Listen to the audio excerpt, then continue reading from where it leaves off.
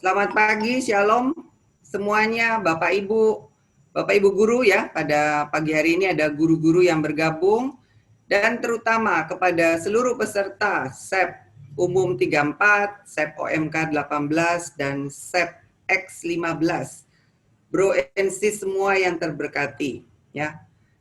Dengan hati yang penuh syukur dan sukacita, saya rasa semua pasti mengalami sukacita pada saat ini. Kami masuk ke hari ini untuk menjalankan rekoleksi pengutusan ya step secara online. Ini untuk pertama kalinya, untuk perdana bagi saya dan juga bagi kalian semua. Nah, angkatan ini adalah angkatan yang spesial buat saya dan buat semuanya pasti. Kenapa spesial? Pertama, menjalani kelas SEP yang paling lama dibandingkan SEP-SEP yang lain. Kalau yang lain tuh bulan Mei, kalau nggak salah kita sudah mulai evaluasi, bulan Juni sudah rekoleksi perutusan.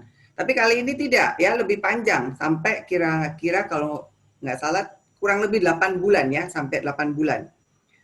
Kedua, kalian semua bisa mengikuti pengajaran MA ini dengan dua cara, yaitu offline dan online. Nah, ini terberkati sekali kan.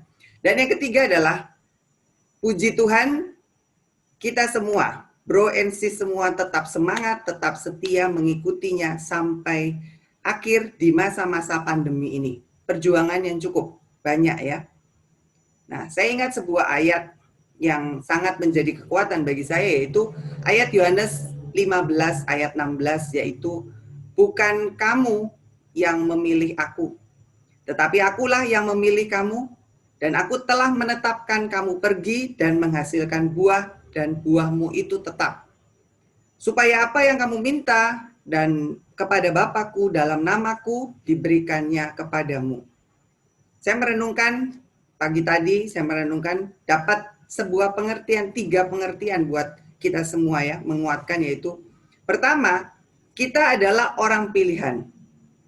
Pilihan Tuhan, bukan kita yang pilih Tuhan, tetapi Tuhan yang pilih kita. Sekarang katakanlah kepada dirimu sendiri, aku orang pilihan Tuhan. Perasaan apa yang muncul? Perasaan bangga, ya. Tapi ada bangga yang bertanggung jawab ya, karena ada sebuah tanggung jawab yang Tuhan berikan sendiri untuk melakukan kehendaknya. Kedua, Yesus mengatakan, kamu akan pergi, ya, sesuai dengan sabda Tuhan dalam perutusan itu, kamu akan pergi mewartakan Injil. Kita diberi tugas ya, sebagai orang-orang pilihan, kita diberi tugas oleh Tuhan Yesus, yaitu pergi dan berbuah. Berbuah di dalam roh. Jadi kita wajib untuk membuahkan buah roh di dalam seluruh hidup kita. Ya, kalau dulu hidup lamanya seperti ini, sekarang sudah di dalam hidup baru di dalam roh. Dan yang ketiga adalah kamu minta kepada Bapakku di dalam namaku, nama Yesus. Berarti apa? Setiap alumni, setiap yang lulus adalah senantiasa berdoa dan meminta kepada Bapa dalam doa. Jadi hidup doa kita pasti berubah ya. Berbeda sebelum ikut SEP dan sesudah ikut SEP. Pasti akan lebih rindu bertemu dengan Tuhan, rindu berelasi dengan Tuhan. Karena itu saya tidak berpanjang kata, 3 hal itu yang saya ingin sampaikan kepada seluruh peserta SEP. Dengan hati yang penuh terharu sebenarnya saya bersyukur rekoleksi ini boleh terselenggara dengan baik untuk kerjasama panitia yang luar biasa, dan juga terutama peserta yang begitu antusias dan begitu tetap semangat untuk mengikuti sampai akhir. Dan Tuhan tetap menyertai kita. Terima kasih untuk tema yang begitu baik yang sudah dipersiapkan oleh Pak Heru pada hari ini. Ya, can you drink the cup? Nah, itu punya makna yang dalam bagi panggilan kita. Jadi tetaplah setia bahwa kita adalah orang-orang pilihan Tuhan, dan tetaplah berdoa, membangun sebuah relasi yang baik dengan Tuhan. Itulah alumni SEP, itulah evangelizer di masa new normal ini. Terima kasih, selamat berekoleksi, Tuhan Yesus memberkati kita semua. Amin. Shalom, selamat pagi, salam sejahtera dalam Kristus, juga salam kenal untuk teman-teman SEP umum pagi, karena SEP OMK sudah kenal saya pada saat pengajaran JOD, SEP umum dan SEP eksekutif saya sudah mengajar, tinggal SEP pagi yang belum ya. Baik, saya nggak berlama-lama. Hari ini saya akan membawakan satu tema. Waktu Grace minta saya untuk membawakan rekoleksi, saya pikir apa ya? Kebetulan saya kolektor dari satu pengarang yang saya sangat sukai dan bukunya kebanyakan bisa dijadikan bahan retret karena sangat bersifat afektif. Maka moga-moga temanya cukup mengena. Saya ambil dari buku ini ya. Can you drink the cup? Ya, maka saya akan share screen. Ya. Apakah kamu dapat meminum cawanku? Ya. Baik, berapa detik untuk bisa tampil? Sudah tampil? Baik. Can you drink the cup? Ya, dari karangan Henry J.M. Nouwen ya. Mungkin Anda belum kenal atau ada juga yang sudah pernah baca bukunya, ada sebagian sudah diterjemahkan. Maka saya jelaskan dulu pengantar dengan menjelaskan siapa Henry Nouwen. Ya. Siapa Henry Nouwen itu?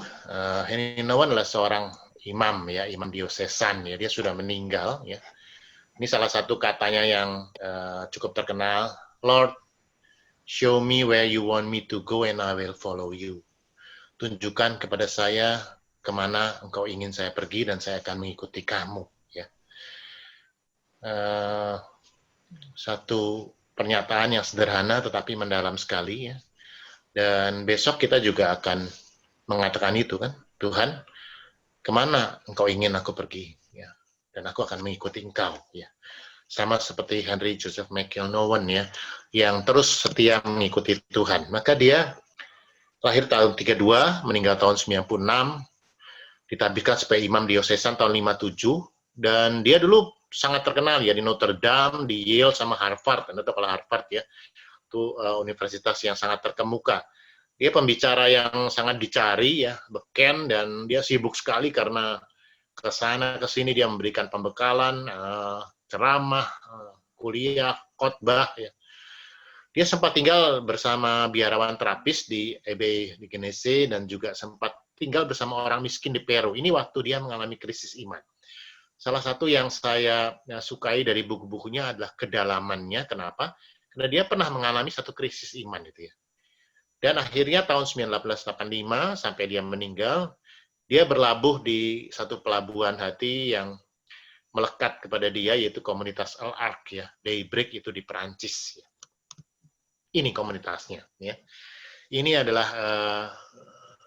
Sean Fannier. Ini Sean Fannier ini guru rohani Nouwen ya. Dia pendiri komunitas Al-Ark itu. Anda lihat dari orang-orangnya, memang ini komunitas orang-orang cacat ya. Community of Brokenness and Beauty ya, untuk mereka yang terpecah tetapi juga yang indah ya. Sean Fannier juga mengarang buku, salah satu bukunya yang bagus adalah ini. Ini saya punya, Anda boleh. Ini bagus sekali ya, tentang Injil Yohanes, tenggelam ke dalam misteri Yesus ini, Sean Fannier ya. Maka di situ dia tinggal dan melayani orang-orang cacat ya. Go and live among the poor in spirit and they will heal you. Mereka akan menyembuhkan kamu. Itu yang dipegang oleh Henry Nouwen adalah Adam. Adam itu teman yang sangat spesial buat dia. Adam itu tidak bisa berbicara. Dia cacat dari kecil dan hampir tidak bisa bergerak tubuhnya kecuali kalau dibantu ya, di kursi roda. Sering sekali seizure itu apa seperti epilepsi begitu ya, kejang-kejang ya. Harus disuapi, dimandikan, dan itu Henry Nouwen yang memelihara, menjaga dia. Ya, bayangkan seorang pastor yang tadinya terkemuka, pengkhotbah luar biasa, sekarang merawat orang-orang seperti ini. Ya. Dia begitu dekat dengan Adam dan merasakan kehadiran Tuhan sehingga dia mengarang satu buku sendiri tentang Adam. Ya, Adam ya, dari Henry Nouwen. Ya. Yang sebelah satunya lagi lah Bill Van Buren, itu juga teman baiknya dia yang ya tingkat intelijensinya lebih baik, dia bisa bicara, dia bisa ikut. Itu salah satu bukunya In the Name of Jesus, di mana dia banyak menceritakan tentang Bill Van Buren. Ya. Ini orang-orang seperti ini yang menjadi sahabat dari Henry Nouwen. Tapi melalui orang-orang seperti ini, dia menemukan kehadiran Tuhan gitu ya, di komunitas itu. Ya. Baik, saya akan bacakan dari Matius 20, 20 sampai 23. Mungkin lebih baik Anda salah satu yang membaca ya. Silakan siapa satu orang. Bu Sri deh, Bu Sri Wahyuni tolong bacain. Halo Bu Sri, Anda? Atau pengajar satu siapa? Matius Ya. 20, Ada di layar ya. 20, 23. Maka datanglah ibu anak-anak Zebedeus serta anak-anaknya itu kepada Yesus. Lalu sujud di hadapannya untuk meminta sesuatu kepadanya. Kata Yesus, "Apa yang kau kehendaki?" Jawabnya, "Berilah perintah supaya kedua anakku ini duduk kelak dalam kerajaanmu. Yang seorang di sebelah kananmu dan yang seorang lagi di sebelah kirimu." Tetapi Yesus menjawab, "Kamu tidak tahu apa yang kamu minta. Dapatkah kamu meminum cawan yang harus kuminum?" Kata mereka kepadanya, "Kami dapat." Yesus berkata kepada mereka, "Cawanku memang akan kamu minum, tetapi hal duduk di sebelah kananku atau di sebelah kiriku, aku tidak berhak memberikannya. Itu akan diberikan kepada orang-orang bagi siapa Bapakku telah menyediakannya." Demikianlah sabda Tuhan. Demikianlah sabda Tuhan. Baik. Question-nya adalah, can you drink the cup? Ya, maka buku ini mengulas kebiasaan orang minum anggur ya. Henry itu orang yang luar biasa. Dia dari satu peristiwa, dari satu lukisan, dari satu apa, dari satu perikop, satu ayat dia bisa jadikan buku ya. Tema. Maka dia teringat bahwa ada satu pastor, omnya itu sering datang ke rumah dulu waktu dia masih muda. Dan kalau orang Amerika, orang Eropa itu kan mereka biasa minum anggur ya kalau makan itu udah kebiasaan ya. Dan omnya ini sering bikin jengkel anaknya karena anggurnya dikomentarin gitu, begini, begitu, begini gitu ya. Jadi dari tradisi minum anggur itu dia bisa membuat buku ini, perenungan ini. Ya. Ada 3 hal, yaitu pertama adalah anggur itu, minum anggur tidak seperti minum air aqua gitu ya, langsung kluk-kluk gitu ya. Biasanya kalau anggur itu kan dicium dulu, itu kan dilihat apa isinya. Ini anggur merah, champagne atau anggur putih gitu ya. Kita tahu tuh, kita buka. Kita tahu, kita lihat dulu ya. Lalu setelah itu biasanya kalau berkumpul toast gitu ya, cheers ya. Dan yang ketiga baru diminum. Maka 3 langkah ini yang dibahas dalam buku ini. Ya. Kita mulai dengan pertama, memegang cawan.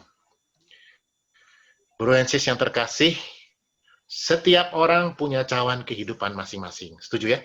Sebabnya saya minta Anda menyiapkan satu gelas tuh, satu cangkir ya. Tiap orang punya, itu simbol dari hidup kita sendiri.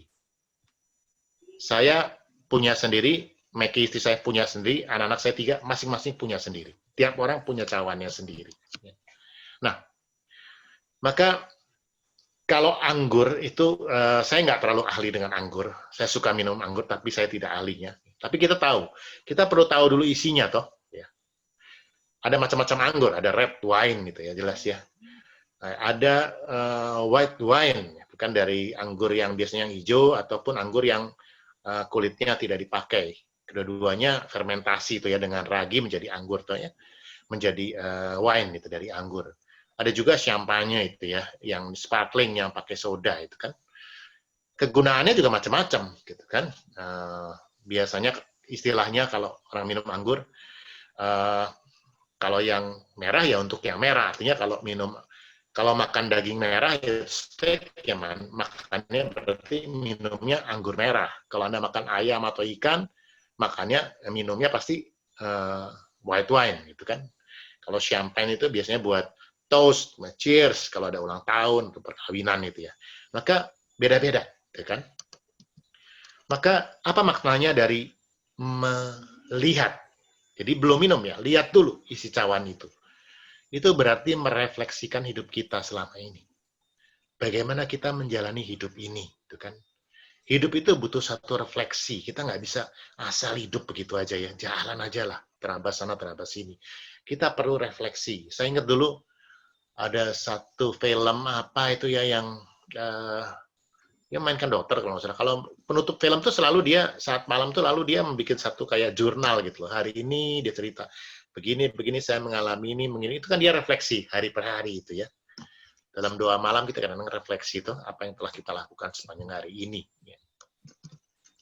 Maka tiap orang perlu refleksi. Dan kalau kita tidak pernah berefleksi, hidup kita menjadi tidak bermakna, gitu ya. Hidup yang tidak bermakna, ya. Sama seperti Yohanes dan Yakobus, Anda lihat ya. Anda bayangkan nggak? Dua murid yang two from three the best itu kan, satu lagi Petrus, itu tiga yang paling hebat daripada paling terkemuka dari 12. Dan ini sudah 3 tahun ya. Kalau 3 tahun ikut Yesus dan Yesus sudah memberitakan berapa kali mengenai bakal nasib penderitaan dia itu kan, anak manusia harus disalibkan. Tapi ada dua versi, yang ini ibunya yang ngomong, versi lain dalam Markus adalah mereka yang ngomong kepada Yesus toh. Permintaannya apa? Guru, kalau engkau datang sebagai raja, mbok ya aku jadi menteri perindustrian dan temanku ini jadi menteri ekonomi gitu kan, kira-kira begitu ya, duduk sebelah kiri kanan gitu. Maka kalau kita nggak pernah refleksi, kita seperti puppet ya. Kita seperti boneka, kita dikuasai oleh apa? Ambisi kita. Kita dikuasai oleh apa? Kedagingan kita, emosi kita, ketinggian hati, sombongan itu kan. Ada orang yang wah sibuknya luar biasa, anggota 10 komunitas misalnya. Wah di sana sini, tapi ya apa yang dicari gitu kita nggak tahu. Kadang-kadang ada yang sibuk kerja itu kan. Uang yang penting. Ya. Hidupnya nggak jelas, maka kita perlu merefleksi dan kali ini saya ajak Anda untuk refleksi. Henry Nouwen mengajak kita untuk merefleksikan. Maka kekayaan dan kemiskinan, kesuksesan dan kegagalan itu biasanya di patokan kita, gitu kan? Mobil lu apa sekarang, gitu kan? Rumah lu berapa, gitu. Kerja lu apa, gitu kan? Maka itu bukan patokan bahwa hidup kita bermakna atau tidak, gitu ya. Kita bisa hayati secara berbeda, gitu kan ya. Saya tanya, apakah seorang yang miskin dan cacat tidak mungkin punya hidup yang bermakna, hidup yang bahagia dan berkepenuhan? Kan Yesus bilang dalam Yohanes 10:10b, aku datang supaya engkau punya hidup dan punyanya dalam segala kelimpahan. Kelimpahan, berkepenuhan, gitu ya. Fruitful, berbuah. Enggak selalu orang miskin itu tidak mengalami itu. Ini Dobry Dobrev ya. Saya waktu ngajar sering pakai contohnya. Ini sangat dihargai loh di Bulgaria, di Sofia itu ya, di kota Sofia. Dia bahkan disebut Saint Dobry itu ya. Dia pengemis, dia miskin banget dia. Kalau Anda cari di YouTube atau Dobry Dobrev tuh lihat tempat dia tinggal, hidup satu kamar itu ya, udah berantakan. Dia tiap pagi pergi ke depan katedral gereja Kristen Ortodoks. Kristen Ortodoks itu seperti kita ya, ada uskupnya, ada katedralnya, kan saudara. Itu sejarah gereja. Dulu kita ke barat, ke timur gitu ya, Kristen Ortodoks. Dia itu dan waktu renovasi katedral, uskupnya tuh sangat kaget karena ternyata Dobry Dobrev itu penyumbang terbesar, lebih besar dananya daripada para pengusaha dari hasil ngemis itu tiap hari. Dia mengemis tuh, dia sumbang semuanya buat gereja. Yang cacat kita tahu Nicky Vujicic ya, ini sangat terkenal sekali ya, seorang motivator yang luar biasa, yang tanpa tangan, tanpa kaki ya. Hanya ada beberapa jari kaki menempel pada pinggang, pada pinggangnya itu ya. Ini jadi motivator luar biasa ya. Dia menjadi pengkhotbah ya, pewarta kabar baik. Hidupnya berkepenuhan. Maka bukan kekayaan, bukan kesuksesan. Apa yang menjadi dasar? Itu yang harus kita refleksikan. Maka merefleksikan hidup itu akan membawa pertumbuhan, pengembangan, dan perubahan. Tapi masalahnya apa? Masalahnya kadang-kadang untuk memegang atau melihat isi cawan itu, ya, itu kadang-kadang nggak semua orang bisa. Butuh satu keberanian dan disiplin. Kenapa? Karena bisa jadi seperti yang saya alami dulu, saya tidak merasa nyaman akan apa yang saya lihat. Artinya apa? Berarti Anda waktu memegang cawan itu, Anda melihat masa lalu Anda, hidup Anda dari kecil sampai sekarang, betul kan? Saya khawatir akan muncul berbagai keraguan dan pertanyaan. Why God? Kenapa saya mengalami masa-masa susah, masa-masa menderita, gitu kan. Saya merasa malu, gitu kan, dengan masa lalu saya, atau saya merasa sedih, ya, saya merasa bersalah, segala macam efek yang negatif, ya, positif, yang negatif yang keluar dalam diri kita. Maka itu, ya, tidak semua orang merasa nyaman dan berani untuk melihat cawan hidupnya. Maka ini Henry Nouwen katakan, berani nggak kamu lihat dulu cawan kehidupan kamu? Itu nomor satu, bukan minumnya, ya. Dan tidak ada isi kehidupan yang serupa. Dan kita kerap membandingkannya dengan yang lain.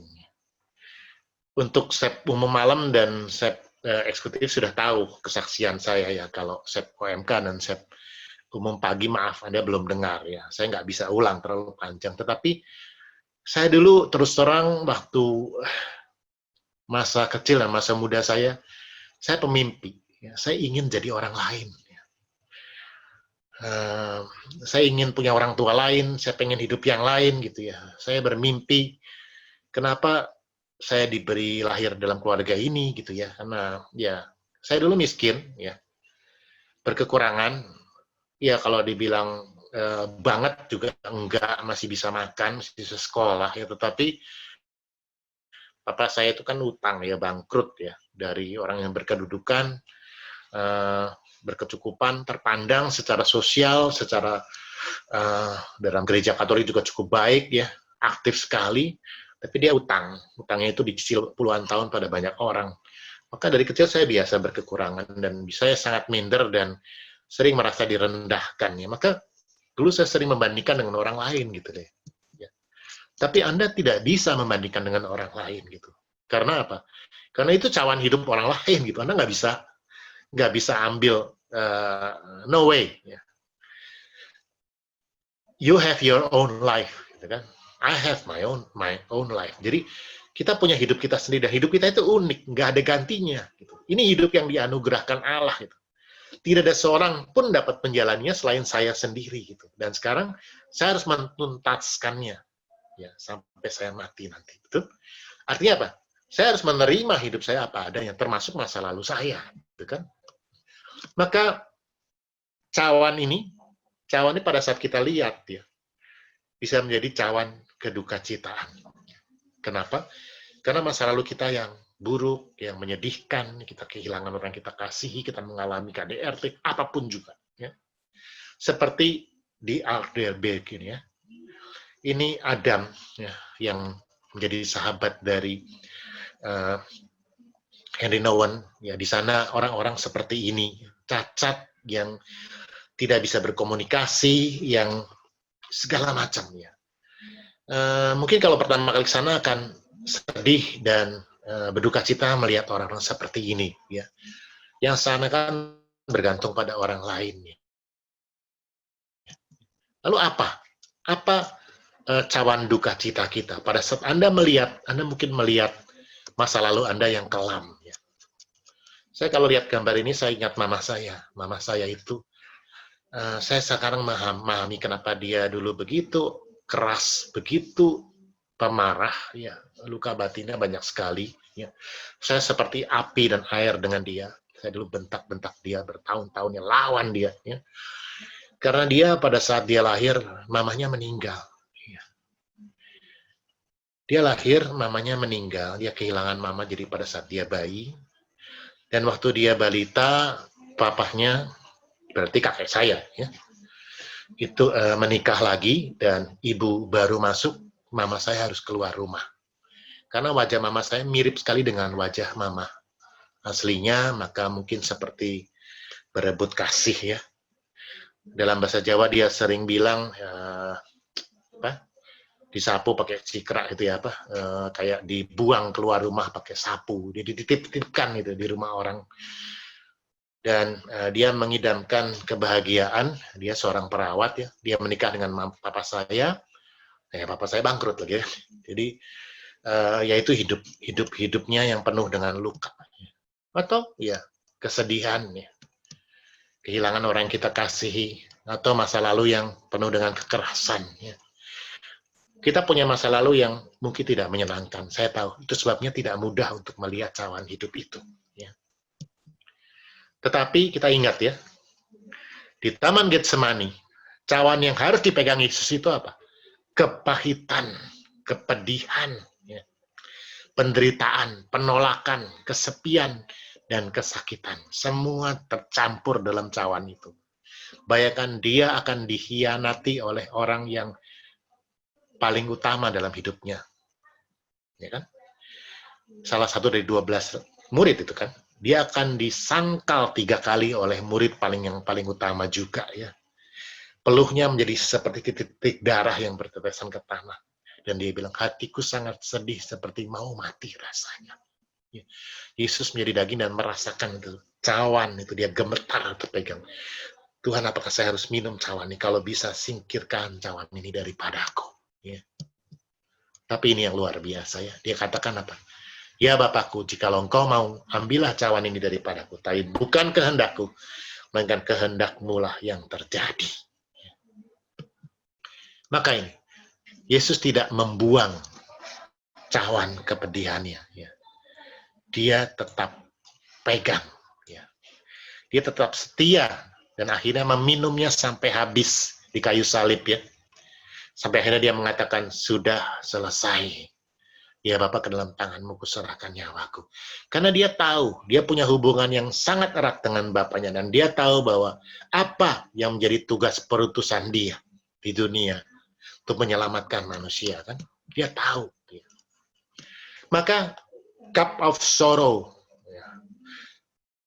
cawan duka cita itu juga cawan sukacita sebetulnya. Dalam bukunya Henry Nouwen cerita, Adam itu yang tadi nggak bisa bicara, nggak bisa gerak, yang dimandiin, disuapin oleh Henry Nouwen itu. Dia punya kakak, namanya Michael ya. Saya coba cari di Google ya, karena Adam ada fotonya, Bill Van Buren ada fotonya. Si kakaknya Michael ini nggak ada. Michael tuh kakaknya Adam dan dia juga handicap juga, retarded juga, tapi masih bisa bicara. Ya. Dan dia dekat juga dengan Henry Nouwen. Dan lucunya dia sering pengen jadi pastor. Ya. Dia bilang begini. Dia tunjuk stolanya itu Henry Nouwen kalau lagi misa kan dia pakai stola lalu. Henry, I want that. Begitu ya. Saya mau itu. Gitu.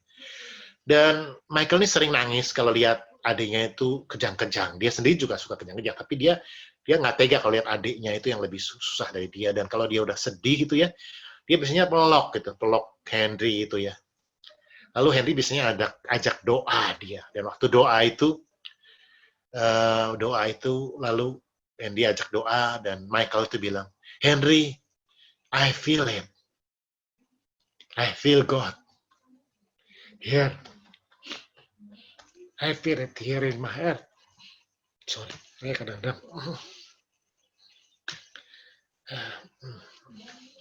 Ini joy.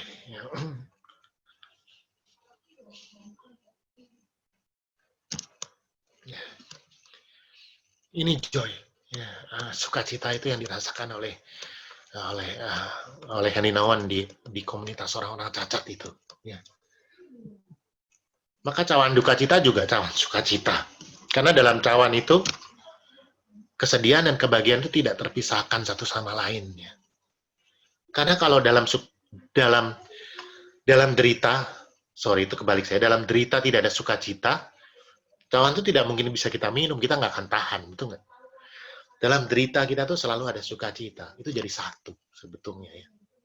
Nah, karena kita terpusat pada masalah kita, pada penderitaan kita, kita lupa bahwa tetap ada sukacita di dalamnya. Ya. Seorang teman pastor itu pernah marah sama Henry Nouwen ya, lu ngapain buang waktu di sini? Kamu kan dulu kan khotbah bagus, kamu dicari di Harvard, ngapain kamu buang waktu di sini gitu loh ya. Henry Nouwen tuh nggak menjawab, lalu dia hanya tanya, kamu ada waktu nggak? Tinggal lebih lama? Ada. Ya kamu tinggal dulu sehari, gantian kamu rawat Adam ya. Lalu pastor itu ya udah merawat Adam 1 hari dan besoknya dia pulang tanpa menunggu jawaban karena dia sudah menemukan jawaban itu. Dia menemukan sukacita itu dalam diri Adam yang dia rawat. Maka mari melihat isi cawan hidup kita dengan lebih seksama. Kalau dulu Anda kecewa, Anda dengan masa lalu Anda tidak mau lihat lagi ya.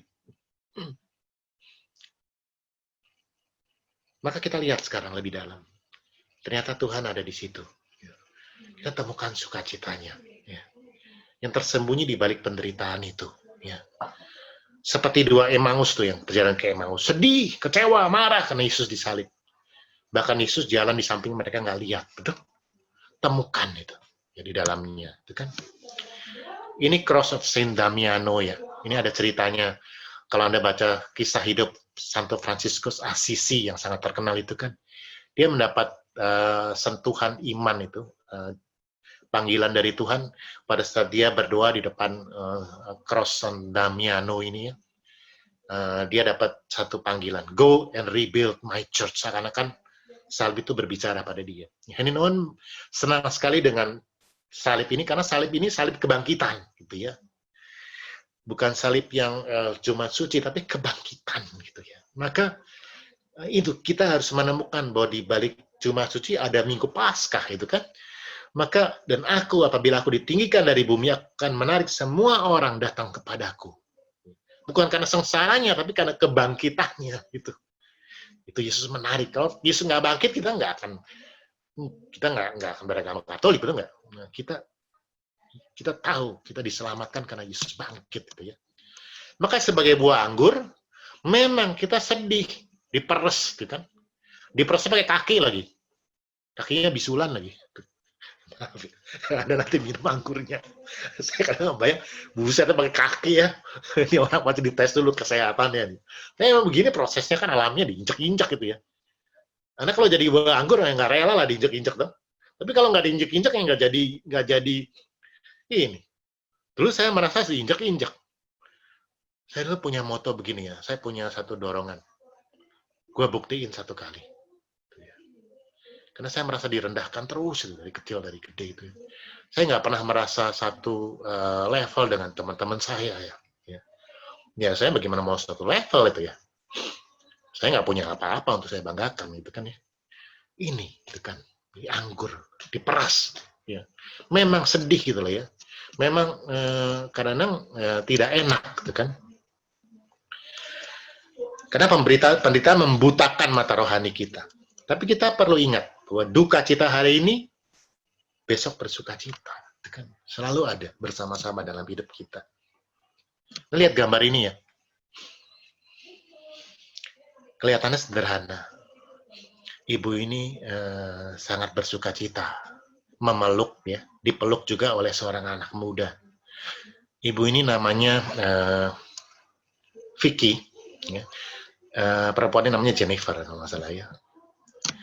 Vicky Brennan ya, bertemu dengan penerima donor jantung, anaknya meninggal, Bapak Ibu ya, anaknya masih Mudika meninggal. Ya.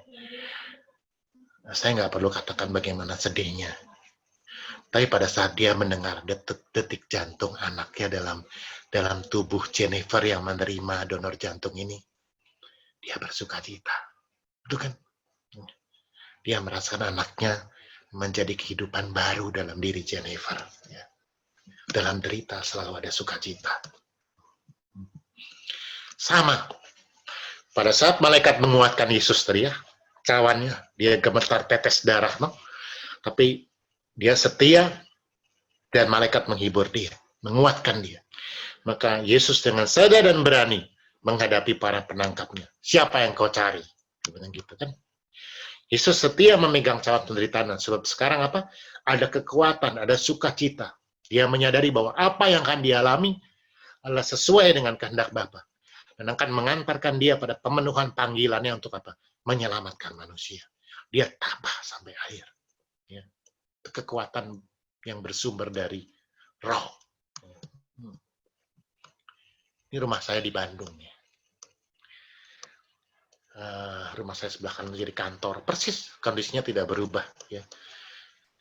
Waktu saya kasih lihat foto ini pada kakak saya satu ya yang jadi dosen, bukan yang kemarin ngajar di seminar, tapi ada satu lagi dosen budaya. Saya kaget tuh dia bilang, I miss all the love in that house. Saya kaget juga ya.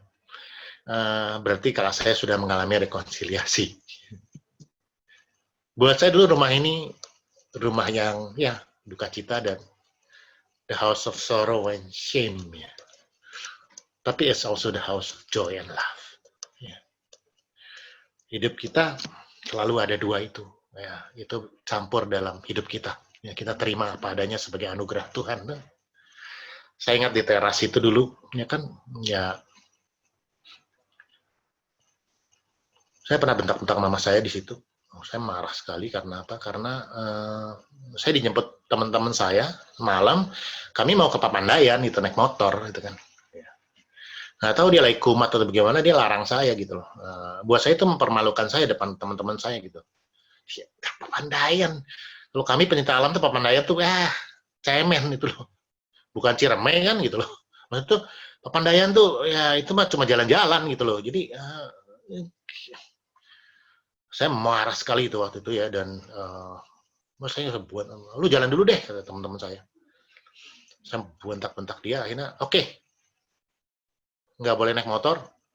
Jam 12 malam saya jalan, saya naik angkot. Saya nyusul ke Papandayan naik angkot. Itu gila lah, pikir-pikir dulu ya. Nggak ketemu lagi tuh di gunung itu. Ya, banyak kepedihan ya. Dosa saya besar sama orang tua saya. Tapi juga sekarang saya bisa melihatnya ada sukacita, ada cinta. Ya. Cinta, saya bayangkan mama saya kalau siang keluar dari teras itu jalan ya, jalan kaki ke rumah tetangga atau ke rumah tante saya ada dua, yang satu dekat di situ di ujung jalan rumah omanya Sister Tracy Sepex ya, dengan tante saya. Atau satu lagi yang di Dipati Ukur itu dekat situ juga, lebih jauh kira-kira 1,5 kilo. Mama saya kalau siang sering jalan ke sana setelah kami makan, setelah saya pulang saya makan. Saya nggak tahu dulu kenapa. Dia pernah cerita waktu dia sebelum meninggal duduk sebelah saya. Kamu nggak tahu mami dulu kalau habis kamu makan siang, mami sering jalan ke rumah tetangga atau ke rumah tante kamu. Nggak tahu kenapa. Siapa tahu diajak makan. Nah, waktu saya dengar saya nangis. Kenapa saya baru tahu mama saya ternyata kenapa dia sering pusing, dia sering marah, dia sering tidur seharian karena dia lapar ya. Dia mengurangi jatah makan dia supaya kami cukup makan. Maka sekarang saya bisa menghayati bahwa masa lalu yang memalukan, yang menyedihkan, ternyata juga ada cinta dan peneguhan dan penyemangatan. Ya. Jadi kemana evangelisasi pribadi membawa kita? Itu pertanyaannya tuh dari memegang cawan. Sama seperti yang saya alami. Saya nggak akan mengalami rekonsiliasi pribadi kalau saya nggak ikut evangelisasi pribadi. Oke, Anda diajak untuk membina, memperdalam relasi dengan Yesus. Itu inti dari kabar baik itu kita terima. Hasilnya apa? Ini sebetulnya. Anda baru betul-betul akan menghayati kabar baik itu kalau tadi. Biarkan Yesus itu memerdekakan kita. Ya kan? Beri kebebasan batin, kemerdekaan batin untuk apa? Untuk melihat cawan hidup kita. Anda sekarang saya ajak tuh tadi. Berani pegang itu ya. Ini rekonsiliasi. Pada saat kita lihat, ya, Firman mengatakan, kita mengalami tadi kedamaian dengan diri kita sendiri. Saya hanya bisa melihat. Saya terima masa lalu saya bukan lagi beban, bukan lagi derita. Saya menemukan juga ada sukacita.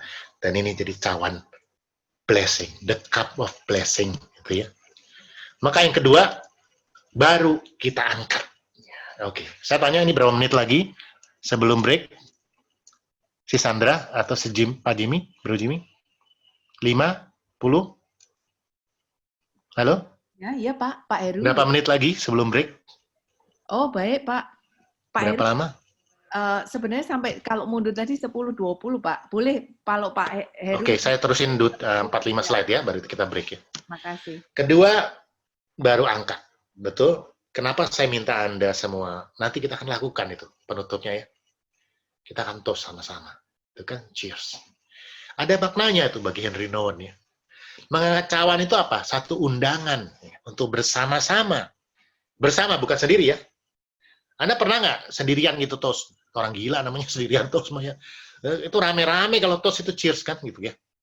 Mensyukuri kehidupan yang merupakan anugerah tadi dari Allah. Karena saya sudah mengalami satu rekonsiliasi. Anda sudah mengalami juga kan. Maka mengangkat cawan dan berseru bersama. Toh? banyak istilahnya tuh. Proceed kalau Latin ya, be well ya. Kalau bahasa Belanda, op je gezondheid ya. Saya udah lama banget nggak dengar orang ngomong Belanda sama saya. Orang tua saya ngomong Belanda. To your health, artinya kan, op je gezondheid itu kan untuk kesehatanmu, gitu kan. Alla tua salute sama juga ya. Itali itu untuk kesehatanmu. Sumbol for your well-being. Cheers. Oh, chime itu ya kalau Hebrew ya. Ibrani itu kan to life, untuk kehidupanmu. Sama seperti kalau kita lihat dinikahkan untuk pasangan yang menikah, semoga bahagia, semoga kita terus gitu kan. Selalu untuk, bukan untuk diri sendiri gitu kan. Nggak ada orang yang, terus ya buat saya ya supaya saya sukses dan kaya Bapak Ibu ya gitu ya. Nggak ada itu ya. Selalu untuk orang lain gitu. Jadi berkat buat orang lain. Maka sama, kalau kita sudah berani kita melihat cawan hidup kita, sekarang tahap kedua, kita angkat. Maka berani memegang dan mengangkat cawan berarti kita menyemangati sesama untuk juga melakukan. Yuk kita sama-sama terus. Ini komunitas. Dengan mengangkat cawan berarti apa? Kita menyatakan, saya dukung kamu, kamu dukung saya. Kita saling bersaudara satu sama lain. Ya. Kita saling meneguhkan dan mendukung dalam menjalani persiaran hidup ini. Kenapa? Karena kalau saya sendirian, saya nggak kuat. Saya butuh teman-teman pengajar FKP yang selalu mendukung saya. Dan juga saya mendukung mereka. Grace nggak mungkin sendirian jadi kepala sekolah. Dia butuh tim. Butuh panitia untuk mengurus ini semua. Betul?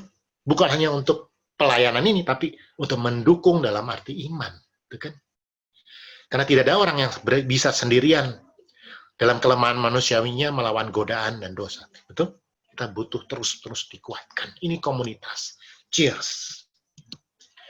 Maka dalam komunitas, baik kepedihan dan duka cita maupun sukacita, itu tidak disembunyikan. Ya kan? Namun diungkapkan sebagai wujud perwujudan dari iman, kasih, dan pengharapan bersama. Ya kan? Dalam komunitas yang sehat, kita nggak perlu pakai topeng lagi gitu loh. Saya pura-pura bahagia gitu. Saya pura-pura sedih. Nggak ada. Tampil apa adanya. Ya kan? Hidup penuh dengan kehilangan. Sebaliknya penuh juga dengan kepenuhan. Betul kan? Namun kita tidak harus menjalaninya sendiri. Gitu. Akan sakit kalau dirapi sendiri. Saya dulu kesepian. Ya. Artinya saya terasing dari dunia. Kenapa? Saya tidak merasa dunia menanggapi saya. Tapi tadi, kalau kita bersama, itu menjadi sumber pemulihan. Ya. Kalau kita dijalani bersama itu dalam persekutuan, saling berbagi, saling peduli satu sama lain. Gitu ya. Paus kita, paus yang sangat menghayati ini. Ya. Dia orang yang tadi sangat komunal. Ya. Dia sangat berbela rasa, sangat solider. Itu kan. Ya. Dia orang yang berbagi. Dia yang orang yang cheers ya, untuk kebersamaan. Hanya paus tuh yang bisa mendobrak gitu kan. Semua pemimpin negara pemerintahan menolak imigran. Yang mati semua di laut itu tenggelam. Itu kan. Tapi paus menerima mereka. Itu kan. Di Vatikan, itu kan simbolis memang, tapi terbuka. Gereja Katolik terbuka untuk membantu sesama siapapun yang membutuhkan. Nah, komunitas itu orang-orang yang kecil, kita cuma satu puzzle, gitu. Tapi menampakkan wajah Allah keseluruhan. Bayangkan ini berbahas 201 puzzle. Ya. Kalau bikin 201 puzzle itu lama loh, 3 minggu kali ya, gitu kan. Tapi kalau saya dulu sering ya, kalau liburan, kalau anak-anak masih kecil ya, beli yang 500 tuh kan, bikinnya 1 bulan gitu. Dan heran loh, tiap kali ya. Udah selesai, jengkel karena hilang 1. Bayangin nggak? Puk, 1 hilang gitu kan, nggak enak ya. Semua menampakkan wajah Allah, semua penting. Maka cawan duka cita dan sukacita menjadi cawan berkat. Ini Henry Nouwen dan Trevor. Ada lucu nih ceritanya. Trevor ini juga orang retarded ya, orang disabilitas juga. Dia 1 kali sakit dan dirawat di rumah sakit yang pengurusnya lah biarawati juga gitu ya. Lalu Henry ini karena dekat sekali, dia ingin kunjungi, dia ingin luangkan waktu makan sama-sama dengan Trevor, dia udah kangen juga. Dia telepon dulu rumah sakitnya, saya Henry Nouwen, saya mau datang gini nih, boleh nggak? Oh boleh. Wah, Henry Nouwen kan ya orang ternama juga ya, mereka juga senang ini non datang. Waktu ini non datang lalu disambut gitu ya, wah, seperti tamu gitu disambut itu, salamin lalu yuk kita makan nih, udah makan siang, diajak ke namanya Golden Room, mungkin aulanya atau apa gitu ya, ruang makan gitu, makan. Lalu ini nona, Trevor mana gitu, saya mau makan sama dia. Oh nggak bisa. Kenapa? Karena ini kita hanya staff ya staff gitu, pasien ya pasien gitu. Apalagi di Golden Room nggak bisa pasien masuk sini makan, kita makan sendiri aja gitu. Ini namanya tuh, ya maaf saya nggak ikut makan kalau gitu ya. Saya datang sini untuk Trevor gitu, saya mau makan sama Trevor. Jadi kalau saya nggak akan makan dengan kalian, maaf gitu. Akhirnya karena Edwin nggak mau, akhirnya oh ya udah. Akhirnya Trevornya boleh masuk gitu. Pertama kali pasien masuk duduk bersama dengan tuh klerus dan sebagainya, atau pengurus staf dari rumah sakit itu. Lalu Trevor bilang, Henry, I want to drink. Gitu. Lalu kamu minum apa? Coca-Cola. Diambilin Coca-Cola kan? Ya. Jadi di ruangan itu, di meja besar itu, semua ya kaku kan, formal gitu. Udah mulai siap makan. Hal yang mengejutkan terjadi, tiba-tiba Trevor tuh berdiri. Ya. Semua kaget melihat ini orang kan. Dia berdiri, lalu dia gini. Kita toast, kata Trevor. Terus dia nyanyi. If you happy and you feel it, raise your glass. If you happy and you feel it, raise your glass. Gitu. Ada tahu lagu itu kan? Kalau kau senang hati, apa itu ya? Jadi, if you happy and you feel it, raise your glass. Gitu. Ini orang di belakang ini yang tiba-tiba berdiri dengan berani, dengan polosnya, dan dia ngajak gitu untuk toast gitu ya. Semua kaget. Dan semua berdiri, semua toast, semua nyanyi. Dan suasana menjadi cair. Itu kan, mau jadi relax, ini ngobrol. Lah itu dia. Itu kan, seorang retarded mengajak dengan apa adanya, membagikan hidupnya menjadi berkat. Maka tadi, hidup saya tidak sempurna. Kan? Masa lalu saya tidak sempurna. Ada duka cita, ada sukacita. Ya. Tapi saya bagikan untuk Anda dalam bentuk kesaksian. Betul? Jadi berkat. Seperti Yesus yang menerima semua derita dan mengangkatnya ke atas salibnya menjadi rahmat. Gitu ya. Ini misteri Ekaristi. Yesus melimpahkan darahnya agar kita menemukan hidup yang baru di dalam Dia. Saat mengangkat cawan duka cita dan sukacita pada sesama untuk dibagikan dan dirayakan bersama, cawan itu jadi sumber kehidupan. Itu kan?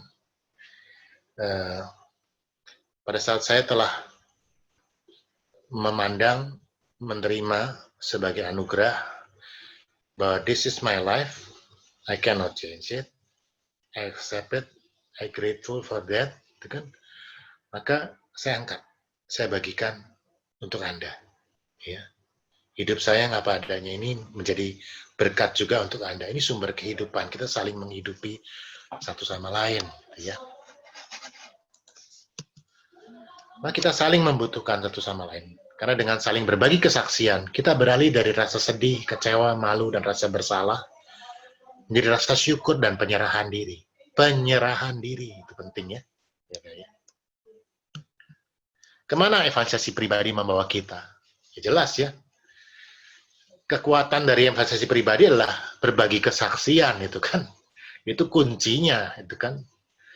Maka dengan saling sharing, kita saling berinteraksi, kita berbagi, saling menguatkan. Saya nggak punya fotonya ya, saya yang saling berbagi, tapi saya ingin dapat dari cap di daerah, ini saya lupa di mana lah ya. Saya dari Google. Satu hal, saya terus terang loh ya, waktu saya ikut SEP tahun 2001, SEP 14 itu, saya nggak ingat loh 4 kebenaran pokok. Saya nggak ingat. Saya materi itu nggak ada yang nyantol. Yang tantol tuh nggak yang ingat. Sharing teman-teman saya. Wah itu benar-benar, itu justru yang jadi istilahnya, sharing pengajarnya saya masih, saya kan orangnya dulu penghakimannya luar biasa ya. Bab 1, bab 2 itu, ini nonsens sih pengajar. Nggak mungkin ngalamin begitu ya. Namanya tepuk-tepuk tangan lagi kalau nyanyi gitu kan ya. Tapi pada saat dengar sesama teman itu, wah gitu kena banget ya. Nah itu dia. Kita saling berbagi gitu ya.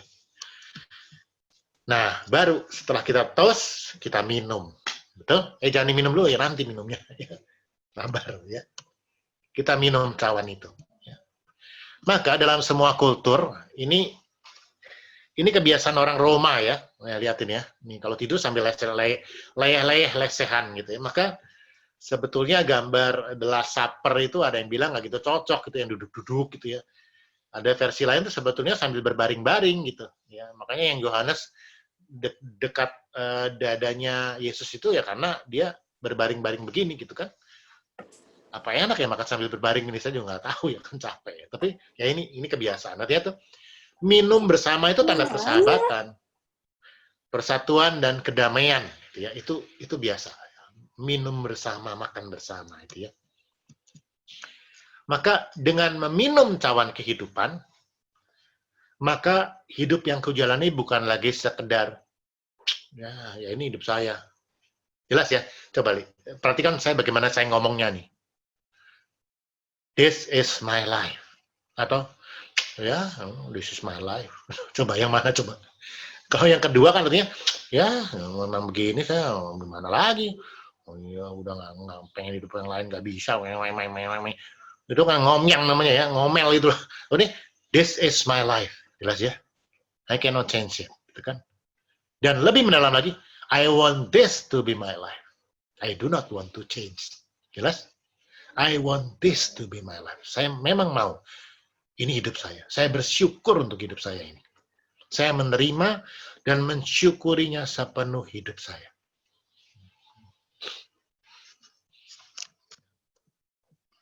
Maka meminum cawan kehidupan bukan sekedar beradaptasi. Orang sering beradaptasi ya dalam hidup yang tidak menyenangkan gitu kan. Itu sebabnya kadang kalau saya umum itu kan kita wawancara kalau masuk tuh ya, kadang-kadang tuh kamu mau ikut ini jangan kayak pelarian ya dari masalah atau dari apa gitu loh ya.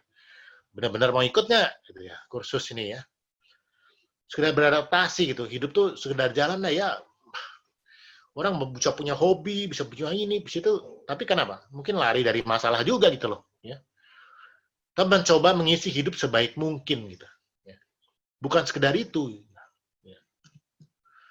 Tapi benar-benar berarti menjalani hidup dengan penuh pengharapan. Penuh keberanian dan keyakinan. Berdiri dengan kepala tegak menghadapi dunia, menghadapi pandemi dengan kepala tegak, kan? Dengan kesadaran penuh bahwa kitalah pribadi yang luar biasa di mata Allah. Saya istimewa di mata Allah, kan? Maka saya mau menjalani hidup yang istimewa ini karena hidup saya istimewa di mata Allah. Tuhan punya rencana kasih buat saya. Ini penting buat menghayati panggilan perutusan kita, kan? Ya. Kesadaran untuk menghayati dan menjalani hidup sebagai apa? Panggilan perutusannya yang indah dan mulia. Kan? Bayangin saya loh. Saya tuh dulu waktu retret Pak Sutri ya, Romo Jeremias Balapito, ya itu dari Semarang itu. Saya waktu kepala sekolah itu dia ajak kita refleksi itu begini. Coba nih sedih sendiri ya, suami sedih, istri sendiri. Coba kalian lihat masa lalu kalian itu dari ini sampai nikah segala macam. Lalu Anda tuliskan masa lalu itu dengan satu kata aja atau dua kata dah gitu. Yang jadi simbol dari seluruh hidup Anda. Bagaimana Tuhan berperan dalam hidup Anda. Ya udah satu kata. Saya langsung kepikir loh, dahsyat. Artinya apa? Tuhan tuh dahsyat ya bener lah. Gila bener saya pikir ya. Ya nggak habis pikir gitu. Ya bagaimana dulu dengan seperti itu ya Tuhan bisa putar balik gitu kan ya Tuhan luar biasa lah pokoknya. Maka itu hidup kita luar biasa itu. Orang-orang yang besar dalam sejarah manusia, maaf, bukannya mobilnya 20. Memang ada yang mobilnya 20 besar, betul. Tapi nggak selalu begitu, jangan salah sangka gitu loh ya. Adalah mereka yang mampu memandang isi cawan. Jadi definisinya ini, yang mampu memandang isi cawan yang dipegangnya dan wanita ketutupan dari dan meminum isinya hingga habis. Itu orang yang besar di mata Tuhan. Anda tahu mau tahu contohnya? Nih. Barusan di ini di apa? Di majalah Hidup ya. Saya jadi lupa namanya, ini pelupa ya. Anak ini kalau saya jadi dia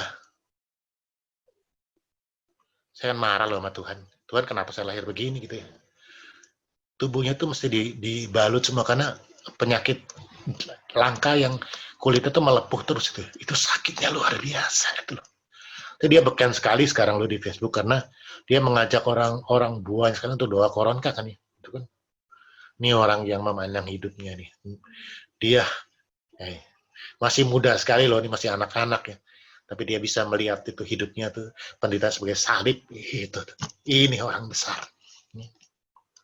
Yang kedua, favorit saya nih, ya, Chadwick Boseman. Wakanda, yang tahu kalau lihat Marvel ya. Ini diposting orang, dia udah meninggal kan, dia cancer colon ya, cancer usus ya. Colon tuh usus ini. Ini ada yang posting. This was just 2 years ago. He knew he had cancer dia. Dia tahu kan dia punya cancer dan dia sedang berjuang melawan cancer. Tapi pada saat dia berjuang melawan cancer itu, tanpa dia mengatakan pada orang lain bahwa dia kena cancer, dia masih menghibur anak-anak ini yang penderita cancer. Ya. Ini. This is the man. Big man. Big heart. Hati yang besar tuh ini. Ya memang Anda bisa kaya, dia bisa betul, dia memang nyumbang besar, tapi bukan soal uangnya, itu kan? Tapi bahwa dia yang dalam menderita itu dia tidak dikalahkan oleh penderitaannya. Ya, dia tidak bilang siapa-siapa, dia tetap mengasihi orang lain, berbagi. Ini orang yang meminum cawan sampai habis. Nah, kalau kita berusaha menghindar dari minum cawan kita, hidup itu artifisial dan tidak jujur, gitu kan? Kita jadi boneka tadi terombang-ambing oleh arus dunia itu ya. Jadi objek, bahkan menjadi korban kepentingan dan nafsu dari diri kita sendiri sebetulnya. Jadi minum cawan sampai habis itu adalah kepenuhan hidup kita. Itu sebetulnya hidup yang berkelimpahan gitu ya. Anggur kita berlimpah itu loh. Hidup kita tuh anggur, bukan air. Makanya saya jangan air putih, anggur gitu ya. Meskipun ada yang isinya jahe, tapi itu anggap anggur lah, gitu kan? Isinya kopi ya kopi anggur lah. Ya. Atau kita bisa memilih untuk dengan sadar meminum cawan hidup kita dan menemukan apa? Kebebasan batin, gitu kan? Saya istimewa di mata Tuhan. Ya. Ini Jordi ya, ada juga dibahas. Ini saya luar biasa Google tuh ya. Saya cari ini karena kan buku ini nggak ada foto-fotonya kan. Ya. Saya pengen tahu siapa nih Jordi ini karena dibahas di buku ini gitu. Pas ada di satu foto, cek gitu nih Jordi. Moga-moga betul nih Jordi. Jordi ini ada tahu ya, lihat dia udah besar deh, dia juga cacat ya. Di komunitas itu, Ark Daybreak itu, tempat Harry Dowan itu, ya, Jan Vanir. Lalu dia tuh bilang begini, dia berkeluh kesah sebetulnya ya. Dia sedih ya, sedih itu diungkapkan dengan kalimat ini. Apa sih yang bagus dengan hidup kita ya?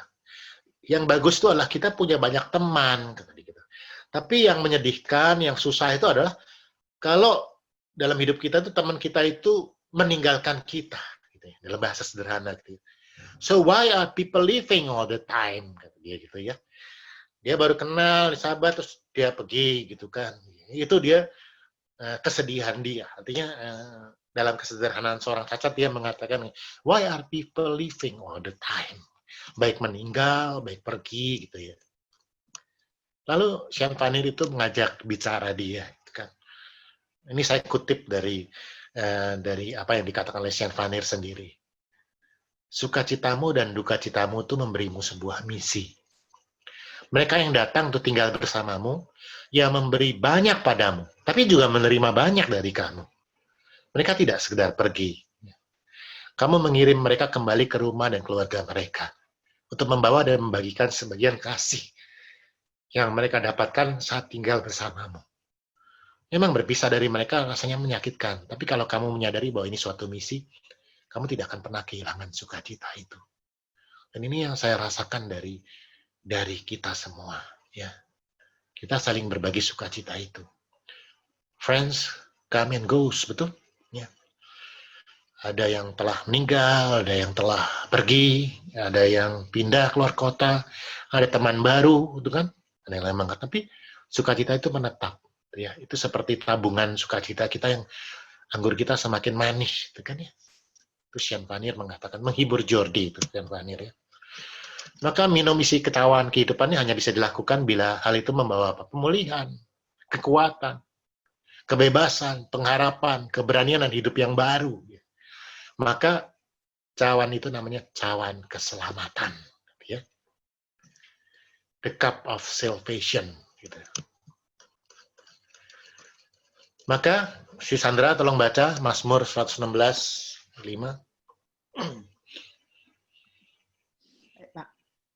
Tuhan adalah pengasih dan adil. Allah kita penyayang. Aku percaya, sekalipun aku berkata, aku ini sangat tertindas. Aku ini berkata dalam kebingunganku. Semua manusia pembohong. Bagaimana akan kubalas kepada Tuhan segala kebajikannya kepadaku? Aku akan mengangkat piala keselamatan dan akan menyerukan nama Tuhan. Aku akan mengangkat piala keselamatan dan menyerukan nama Tuhan. Ya, dari Mazmur ya. Maka the cup of salvation ya, keselamatan. Yesus meminum cawan kepedihan dan sukacitanya untuk keselamatan manusia dari dosa, kecanduan. Dulu saya kecanduannya pornografi, saya akui ya. Tapi melalui saya bisa bakar semua. Ya. Obsesi, ya. Ketakutan akan kematian. Ya. Ada orang yang takut banget. Banyak orang-orang yang sekarang kehilangan harapan dalam masa pandemi karena takut. Teman saya di kantor, saya terus terang to the point sama dia. Kamu takut karena anak-anak kamu masih kecil kan? Iya. Nah, takut. Keterikatan gitu ya. Nih. Ini ditawarkan oleh Yesus, kemerdekaan batin dari semua ini.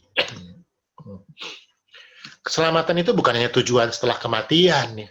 Tapi sekarang. Ada satu bukunya lagi tuh yang lain dari Henry Nouwen. Ya. Here and Now. Di sini dan saat ini. Tepat sekali ya. Di sini dan saat ini. Bukan kemarin, bukan akan datang. Now. Jadi keselamatan itu realitas yang sehari-hari bisa kita rasakan di sini, sekarang ini. Saat apa? Saat kita minum cawan hidup kita dan mengalami kemerdekaan batin. Ya. Cara pandang kita berubah. Ini kan seperti Henry Nouwen gitu. Dia bilang, dulu saya pastor, tapi kan dia bukan parokial. Dia ngajar di Harvard. Dia dosen penting di Harvard. Dia sibuk sekali. Udah daftarnya itu udah tiap hari kuliah di sini, khotbah di sini, ceramah di sini, terus begitu kan ya. Dan dia bilang, I come and I go as I like. Terserah saya gitu kan. Nggak ada yang nanya saya, Pak, kan Henry Nouwen pastor, kenapa kamu pulang? Nggak ada. Saya kan atur jadwal saya sendiri. Saya bisa pulang tengah malam, saya atur jadwal saya sendiri gitu. Tapi di komunitas ini, gitu ya, di antara orang-orang yang nggak bisa dengar khotbah saya, betul nggak? Dia percuma kan khotbah nggak ada yang ngerti, gitu ya. Tetapi di sini saya menemukannya. Pada saya mau pergi, ada satu orang berdiri. Saya lupa namanya. Henry, why do you leave me? Hug me, ayo peluk saya. Lalu dipeluk, gitu kan. Lalu apa dia bilang? Henry, jangan pulang malam-malam ya. Gitu. Di situ dia merasakan tadi ya. Ada satu sukacita, ada satu keselamatan itu ternyata dia dapatkan di komunitas itu. Ya. Saling peluk, saling mengasihi, saling berbagi. Itu, disitulah ya. Di situ kita bisa merasakan ada. Bagaimana kita minum? To the bottom. Habiskan. Seperti Yesus ya. Habiskan. Dengan mahkota duri, dengan bilur-bilur di punggung. Habiskan. Ya, sampai berdarah-darah. Habiskan. Sampai tetes terakhir, setia. Percaya dengan menghabiskannya, Tuhan akan mengisinya kembali penuh. Dengan apa? Kehidupan abadi yang kekal. The real wine. Anggur yang sejatinya. Maka bagaimana cara kita minum cawan kehidupan kita? Ada 3 cara. Menurut Henry Nouwen ya. Dalam keheningan, tadi sudah dibahas oleh Grace ya. Dengan kata-kata dan dengan tindakan nyata. Yang pertama, dalam keheningan. Kepedihan hidup kadang membuat kita berusaha menggantikannya. Kita manusiawi begitu kan? film, game, sibuk. Saya sudah pernah cerita kepada saya dulu berkoholik, saya pulang jam 11 malam tiap malam. Sabtu saya kerja, saya keliling dari proyek ke proyek. Saya kan kepala, bawain semua proyek. Alasannya saya harus muter dari proyek ke proyek, dari bank ke bank, dulu bank semua, kita pegang semua. Minggu kerja lagi di kantor. Biasanya bos saya telepon tuh, Heru kamu di kantor ya? Ya sini makan pulang ke rumah. Ya udah saya ke rumah makan gitu kan. Lalu atau entertainment segala macam sebetulnya mengisi kepedihan hidup kita. Kita belum mengalami tadi ya, belum berani pegang hidup lihat cawan kita. Maka hanya dalam keheningan kita bisa menemukan diri kita sesungguhnya. Maka dalam keheningan itu kita merasakan, Sandra, kau pribadi yang ku kasih. Jimmy, kau pribadi yang ku kasih. Apa yang kamu takutkan lagi? Keheningan itu disiplin. Yang memampukan kepedihan dan sukacita itu muncul ke permukaan kita. Makanya itu namanya apa? Refleksi batin. Itu kan kita masuk pribadi gitu. Nggak bisa kita ngarepin orang lain gitu loh. Ya. Karena kita, ya saya mau doakan, tapi Anda juga harus doa gitu kan. Selalu orang pengen didoakan nggak apa, tapi kita sendiri harus menemukan Tuhan dalam diri kita gitu loh ya. Itu kuncinya kan gitu lah. Jadi meditasi batin itu kita perlu. Gitu. Luangkan waktu.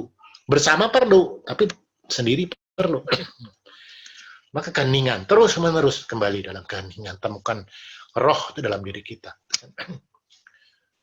Perlu keberanian kedua ya, menyatakan apa yang ada dalam cawan kehidupan kita. Tadi berbagi tadi kan.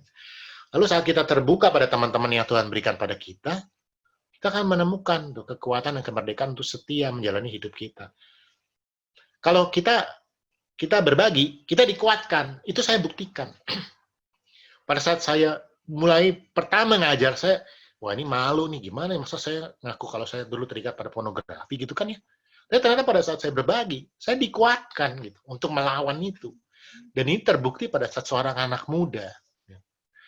Anak muda tuh lalu nemui saya, itu berapa tahun setelahnya itu ya. Saya lupa di cap mana itu. Pak, terima kasih ya Pak. Oh, terima kasih apa ya, saya bilang gitu. Pak, saya panitia Pak, dulu saya kan senang sharing Bapak itu. Ternyata saya dengan berbagi Pak, pada teman saya, memang nggak ke semua orang ya, hanya teman yang saya percaya gitu ya. Ternyata dengan berbagi, saya dikuatkan Pak, saya punya kekuatan untuk melawan, karena masa saya udah ngomong, saya melakukan lagi gitu istilahnya. Jadi, itu kekuatan kita, gitu ya, yang dari Roh Kudus dalam diri kita. Dengan perbuatan nyata, sekali lagi ya, sibuk, sukses, tekanan akibat masa pandemi, yang diwarnai kekuatan dan ketakutan, dapat menjauhkan kita dari panggilan perutusannya. Menghalangi kita untuk meminum cawan kehidupan. Tadi saya ceritakan, sibuk pelayanan. Itu saya dulu. Saya dulu ketua seksi kitab suci, ngerangkap ketua seksi kitab suci Dekanat, Tangerang. Dapat tugas bikin renungan APP, bayangin. Lalu juga ngerangkap jadi pengajar juga, jadi pewarta juga gitu ya. Komunitas juga gitu. Jadi, buset dah, itu kan. Akhirnya saya harus menyeimbangkan diri toh, yang mana yang paling utama. Dan ternyata tadi mungkin juga dulu semua itu hanya karena apa? Mungkin saya belum sepenuhnya mengalami rekonsiliasi pribadi gitu ya. Maka meminum cawan hingga habis berarti apa? Memilih tindakan yang akan membawa kita pada apa? Pada menuntaskan panggilan hidup dan perutusan kita. Dan meminum cawan itu sampai habis. Hingga akhirnya kita bisa menyatakan kata yang diucapkan Yesus di kayu salib. Sudah selesai. Moga-moga nanti kalau saat saya berpulang, satu saat saya bisa mengatakan itu. God, it is finished. It's done. Sekarang terserah Anda. Kan terserah Engkau Tuhan. Mau berikan aku keselamatan. Gitu kan. Nah, kalau kita membiasakan diri untuk mendengarkan Tuhan dalam keheningan, biasa saling berbagi kesaksian dengan para sahabat, kita akan semakin mengetahui apa yang menjadi panggilan pengutusan kita. Kita akan melakukannya dengan hati dan bersyukur, gitu ya. Itu. Besok kita akan diutus, itu kan.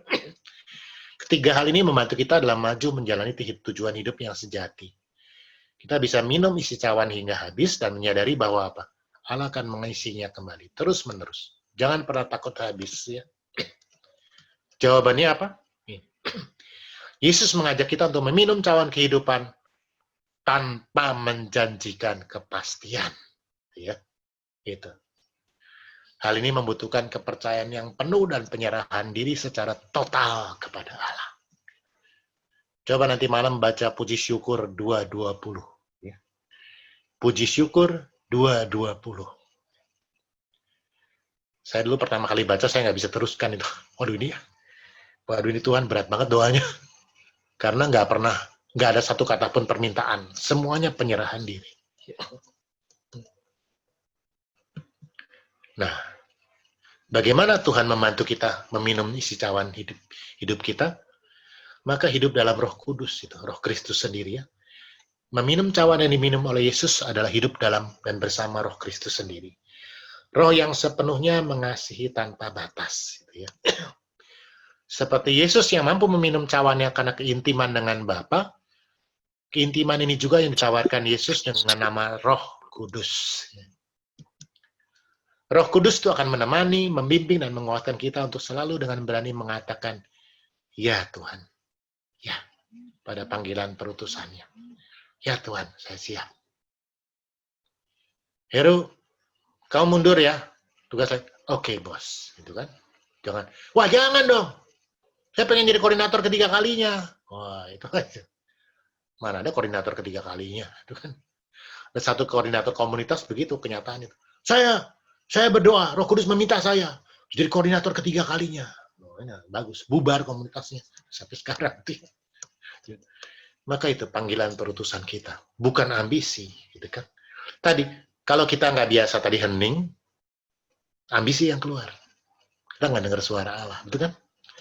Kalau kita nggak biasa berbagi kesaksian, kita nggak mengalami kemerdekaan batin, tadi kan ya tadi.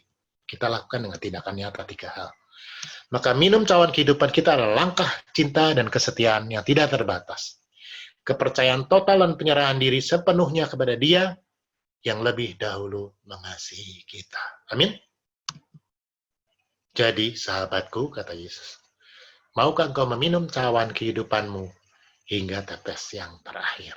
Amin. Amin. Maka, ini intisarinya ya. 3 hal. Pegang cawan kehidupan kita, lihat isinya. Memang ada duka cita, tapi ada juga sukacita. Dan keduanya, baik duka cita dan sukacita, akhirnya menawarkan apa? Cawan keselamatan. Lalu angkat cawan kita, jadikan berkat bagi orang lain. Dalam komunitas, dalam kebersamaan. Berkat bagi kehidupan. Lalu akhirnya, minum sampai habis. Artinya, setia pada panggilan hidup kita. Kapan? Sampai akhirnya kita ketemu muka dengan Yesus. Itu baru selesai panggilan perutusan kita. Amin. Amin. Saya ajak dalam doa ya. Dalam nama Bapa, Putra, dan Roh Kudus. Amin. Terima kasih Allah Bapa, Putra, dan Roh Kudus. Terima kasih untuk Pastor Henry J.M. Nouwen dengan buku-bukunya yang begitu indah dan menyentuh, dan melalui materi ini kami diajak untuk setia pada panggilan perutusan kami. Tetapi mulai dengan lebih dahulu memegang cawan kehidupan kami. Kuatkan aku Tuhan, kuatkan kami Tuhan. Karena mungkin di antara kami ada yang belum berani memegang dan melihat isi cawan kehidupannya. Karena masa lalu begitu kelam dan begitu menyakitkan. Tapi Tuhan sekarang mengajak kita untuk memegang dan memandangnya. Karena di situ ada sukacita juga. Cawan itu adalah cawan keselamatan hidup kita. Berkat anugerah dari Allah. Hidup yang harus kita jalani sendiri. Terima kasih Tuhan. Kalau sebentar lagi kami mengakhiri materi dari koleksi ini Tuhan, kami akan mengangkat bersama-sama cawan kehidupan kami untuk kami bagikan kepada sesama sebagai berkat yang bersumber hanya dari-Mu. Dan biarlah kami setia meminum cawan kami sampai habis, sampai saatnya nanti kami berpulang ke hadirat-Mu dan menikmati sukacita yang abadi bersama-Mu, Tuhan. Mampukan aku untuk tetap setia terus pada panggilan pengutusanku. Teman-teman, dalam doa ini saya ajak sekarang Anda semua memegang cawan Anda. Mari. Pegang cawan Anda. Semua pegang. Saya akan tutup share-nya sebentar. Mari kita pegang. Saya ajak Anda memandang isi cawan ini. Pandang isi cawan ini. Dan katakan, ini adalah hidup yang Tuhan berkati untuk saya. This is my life. Saya mencintai hidup saya. Saya mensyukuri hidup yang Tuhan berikan pada saya. Meskipun masa lalu saya penuh dengan duka cita.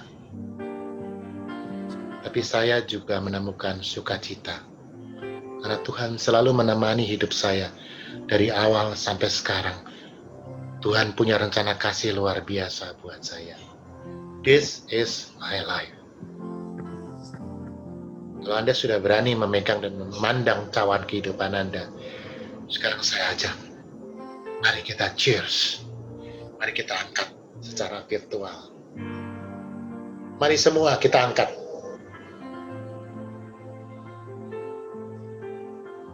Mari kita bersama mengatakan, ini hidup saya bagikan untuk Anda. Saya bagikan untuk kalian semua. Ini hidup saya bagikan untuk kalian semua. Menjadi berkat satu sama lain. Dalam kebersamaan, dalam persaudaraan. Di dalam Yesus, kita saling berbagi. Kita saling menguatkan, kita saling meneguhkan, kita saling menumbuhkan iman. Cheers untuk kesehatan Anda, untuk kesetiaan Anda dalam menjalankan panggilan perutusan hidup Anda, untuk menjadi pewarta kabar baik yang luar biasa, untuk hidup dengan kuasa Roh Kudus. Cheers, dan mari kita minum sampai habis. Mari kita minum bersama-sama.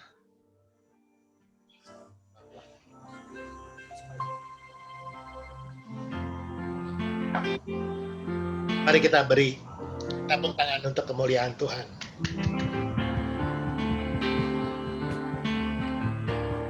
Sambung dengan lagu.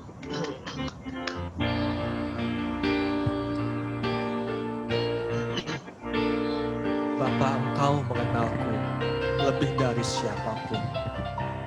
Terima kasih Tuhan. Bapa, Engkau mengenalku lebih dari siapapun. Engkau tahu ceritaku dan isi hatiku. Tak peduli masalahku, Engkau yang memilihku. Engkau tetap memilihku. Ubahkanku, sempurnakan, jadi karya yang indah. Kini aku percaya tiada yang mustahil bagimu. Kuasa-Mu kuatkanku, dasarku berharap. Kini aku berserah,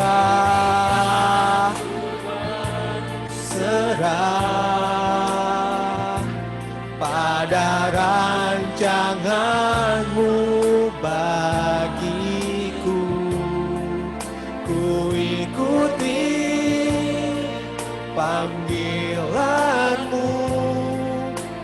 kan setia sampai akhir hidupku. Kita mau sekali katakan bahwa Allah adalah Allah yang mengenal kita semua. Kita tidak hanya mau menggunakan cawan kita mau minumnya sampai habis. Bapa, Engkau mengenal. Bapa, Engkau mengenalku lebih dari siapapun. Engkau tahu ceritaku dan isi hatiku. Sebab Engkau Allah yang tidak pernah peduli akan masa lalu kami, tak peduli masa lalu. Kau tetap memilihku, bahkan ku sempurnakan jadi karya yang indah. Aku percaya,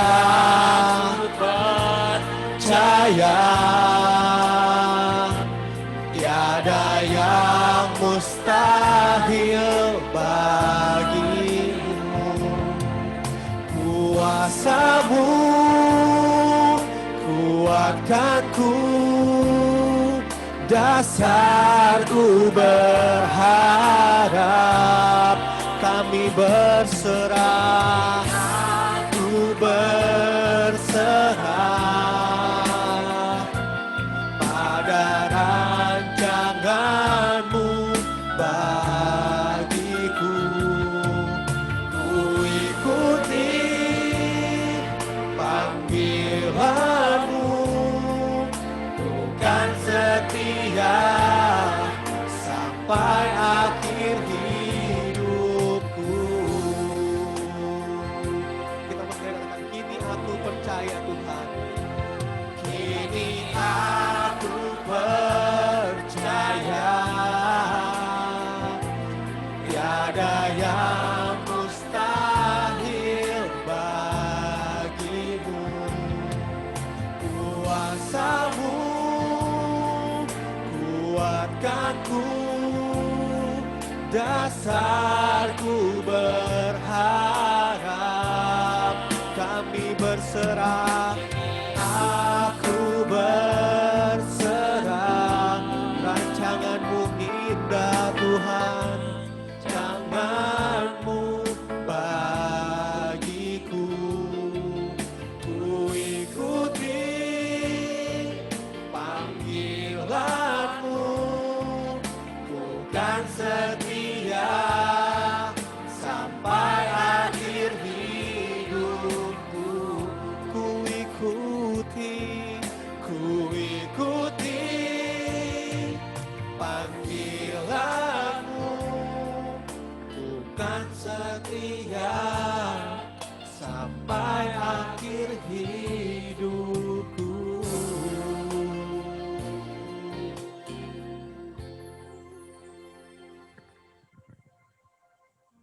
Di nama Bapa, Putra, dan Roh Kudus. Amin. Benar Bapa, ini doa kami. Kami katakan dengan setulus hati kami bahwa kami ingin setia untuk mengikuti Engkau Tuhan. Sehingga nanti pada akhirnya Tuhan, pada waktunya Tuhan, kami boleh dengan rendah hati menghadap Engkau dan mengatakan, sudah selesai. We have a good fight. Bukan karena kekuatan kami Tuhan, tapi karena rahmat-Mu, karena kasih-Mu, karena cinta-Mu, dan karena curahan Roh Kudus-Mu yang begitu melimpah dalam hidup kami Tuhan. Tuhan, bila sebentar kami ingin masuk ke sesi sharing bersama dengan teman-teman kami dalam suatu kelompok kecil Tuhan. Engkau berkati kami Tuhan, Engkau buka hati kami Tuhan, Engkau cerahkan pikiran dan batin kami, sehingga kami juga boleh men-sharingkan pengalaman-pengalaman kami pengalaman-pengalaman kasih-Mu yang begitu besar dalam kehidupan kami, kepada teman-teman kami. Berilah kami telinga yang mendengar Tuhan, dan bukalah hati kami sehingga setiap sharing-sharing yang boleh diceritakan pada sesi setelah ini Tuhan, juga boleh menjadi penguatan-penguatan bagi kami Tuhan, untuk cinta-Mu yang tidak pernah habis dalam hidup kami. Berkati Tuhan di sepanjang sisa retret pengutusan pada hari ini. Dan biarlah semuanya ini kami boleh persembahkan hanya untuk kemuliaan pada Bapa, Putra, dan Roh Kudus. Seperti pada permulaan, Dan sekarang, selalu, dan dan sepanjang sepanjang. segala abad. Amin. Pada Bapa, Putra, dan Roh Kudus. Amin. Baik teman-teman, saya akan bagikan pertanyaan diskusi kelompok. Sebelumnya terima kasih untuk responsnya. Et Maiorem Dei Gloriam ya, semua untuk kemuliaan Tuhan. Ya. Sebentar, mana nih? Nah, ini. Ya, loh kok ini?